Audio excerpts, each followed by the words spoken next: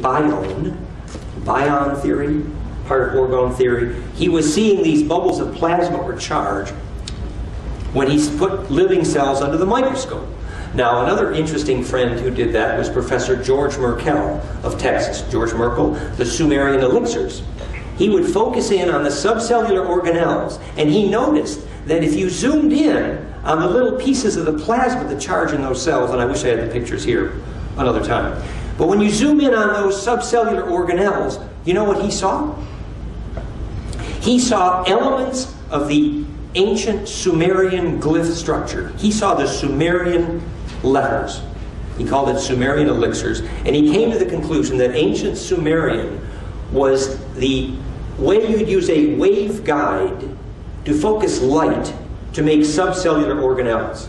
He said that was dramatic evidence that the ancient alphabet was actually a software for biologic engineering. Now, we have a friend here. Sean is with us. He's studying these things, the connection of Hebrew and Sanskrit and the ancient runes. And we're having fun discussions this week about that. And I was telling Sean that when another friend who had come from South Africa to teach with us in Perth, Australia, I asked him what an ancient sacred rune was, and he said, quote, "It's a waveguide into the mind of the ancient shaman." Now, why would the angles of electric fields being compressed properly to fuse be how you make a living biologic cell? I would ask you to meditate on that. Now, we have another, well, first of all, we have another molecular biologist, I believe. He's quite famous for studying the extraterrestrial origins of life. His name is Dan Breakthrus. Many of you probably know of his work. And he was doing something similar. He was focusing in microscopy on the living plasma. You know what plasma in a cell is? If you ask an agriculture scientist what it is that allows a seed to germinate, he will say it's the plasm in the center of the seed. But now, when you plant a seed and you're checking to see if it's alive or dead, you can see if the seed is alive if it can suck in or implode to change the angle of an approaching water molecule and therefore eat food. So a seed is alive if it can implode charge. The plasm of the seed is the plasma of the seed. You see? So basically, it's the same in the same way a jellyfish or a medusa isn't going to steer and go anywhere unless it can suck. It really sucks, doesn't it? If you visualize a donut turning inside out, it creates that suction, aspiration, to aspire, as it were. Well, when Dan Breakthrus was focusing in on subcellular organelles, he saw these little self-organizing plasma fields. Imagine, this is good, I'm not going to play a slide now, just imagine this to yourself. Imagine a beautiful white rose popping open, and it's happening just in the plasma. So it's like you're watching something crystallize. It looks like a little white rose. And he saw this so dramatically when he had extreme life, he called it the Ganesh particle. You can read hundreds of references on the internet. What is a Ganesh particle? Well, who's Ganesh? Well, it's kind of like this everywhere at once phenomenon. It's an electric field that's so self-aware that everything around it affects it. Like a really sensitive girlfriend. You ought to know. Hi, Valerie, excuse me. Yes, right. No. but if you have something that's very fractal, which is a good way to have a girlfriend, very fractal, then she's very sensitive. You see, so everything around has to be just perfect, right? Well, the Ganesh particle is like that. Now, let me give you another example. There's a book, I think was it Lawrence Gardner? He was analyzing in his book, The Sacred Ark, the chemistry of white gold powder. And he said, sure enough, the platinum group metals, which are phase conjugate dielectric, actually, I'm going to get one of those here right now. This is the gold eggs that we've been using to make and create life force. And we're going to talk a great deal more about these this afternoon when we focus on the commercial application of these biofields. But I have a little bit of thin film gold in these gold eggs.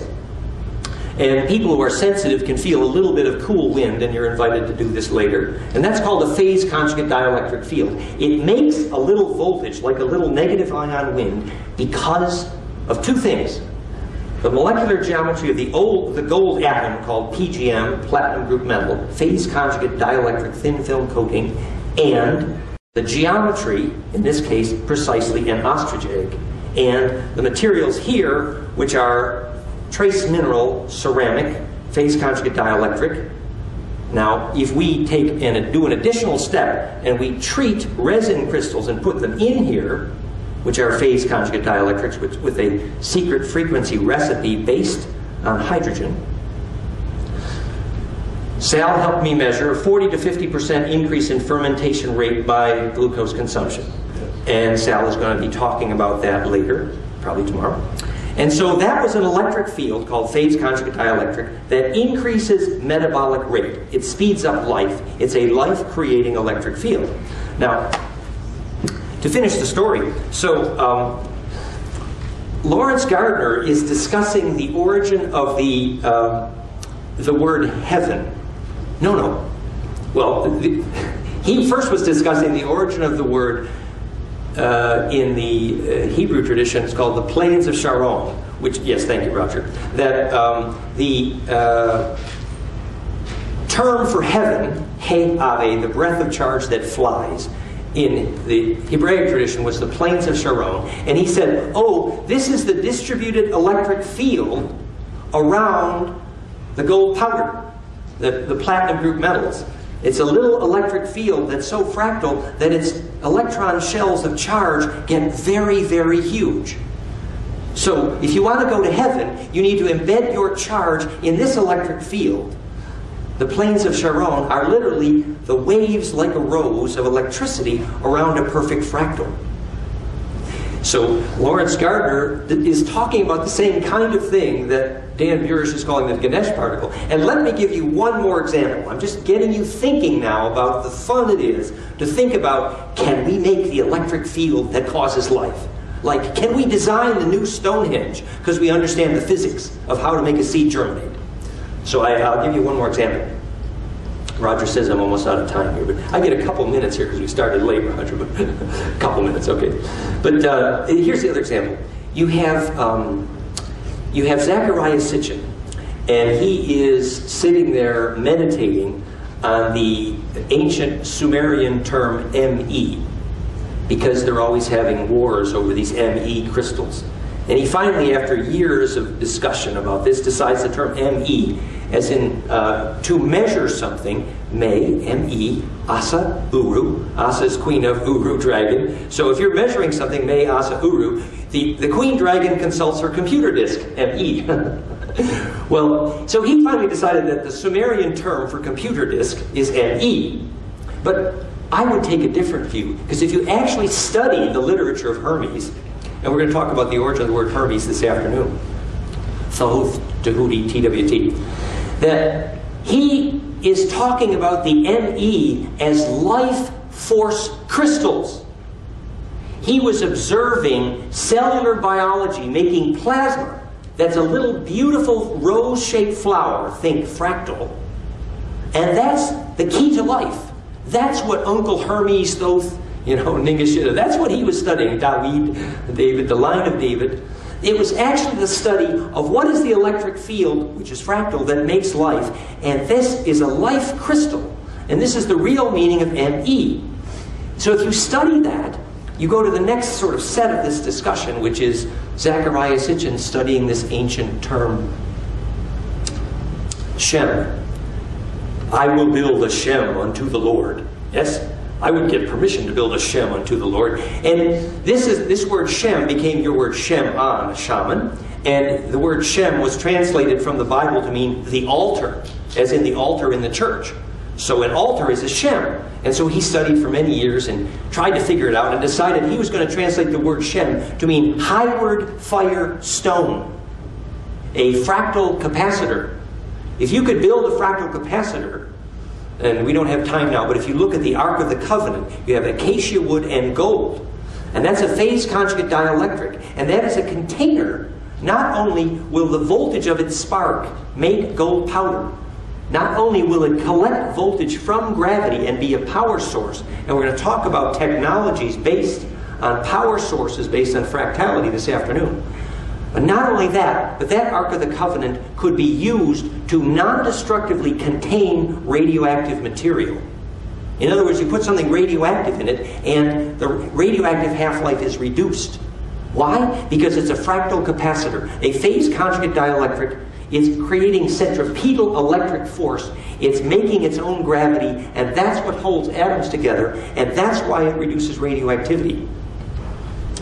You know, Bill Tiller, he showed in his latest sort of hot book on the physics of consciousness at the Stanford Material Science Physics Laboratories, that focused human attention causes electric charge, electric fields, to be compressed. He didn't have a clue how it worked, but he knows it's measurable. I tell you now we know how it works. That focused human attention is an imploding fractal phase conjugate plasma field that is able to move better as long as its environment is fractal, and that's why focused human attention compresses charge. And later in this conference, we're going to talk about what it is that biology makes that holds stars together, why the sun needs us. We talk about the 2012 story, and the physics. We have the slides here, we're out of time. But it's been measured. When 1 million children sing the same song at the same moment, you know what happens? The solar flares go, they get quiet. Been measured. Like 14 times it was measured. It's quite clear. 1 million children having bliss together control the sun's fire. I ask you to consider the physics of what that means, and I mean physics, the pure principle. Stars don't go to so much trouble to grow up gene pools like ours. They do it for a reason. They do it because we make a centripetal force that actually is nourishment for those stars. And the symmetry lesson that we just learned together right here, right now, is the clue of how you fuse alchemically the black hole, the Bindu point, how you fuse your plasma and embed it into very big tornadoes. For example, the sun. So, we sort of dance around here a little bit, but a little bit of introduction on the pure principle, the concept that when waves of electric charge, plasma, spirit, chi, orgone, baraka, whatever you want to call it, when they get in this beautiful, pretty picture, those waves of charge create a centripetal force, implosive. And that's the definition and origin of gravity, consciousness, life, color. And we're going to go into more detail on that. Origin of symbol, for example, to symbolize is to embed. It's actually the programming mechanism of DNA itself, fusing charge into DNA. If DNA can absorb that donut at the right angle, it can be biologic memory. That's why it's the origin of alphabet. We'll talk more about that. So this was just a little introduction to get us warmed up and having fun. I see that it's 5 after 10, Roger. And so can we switch over to Pat? Yes. Pat then? So now I think, Catherine, if you're there, let's start switching over our sound here to Patrick Flanagan's computer. We're so delighted that Pat Flanagan was able to join us. And Pat's speaking about fractality, which is all very perfect. In addition to being an expert on hydrogen and many other things, microhydrogen. So we're doing this switch now, switching audio.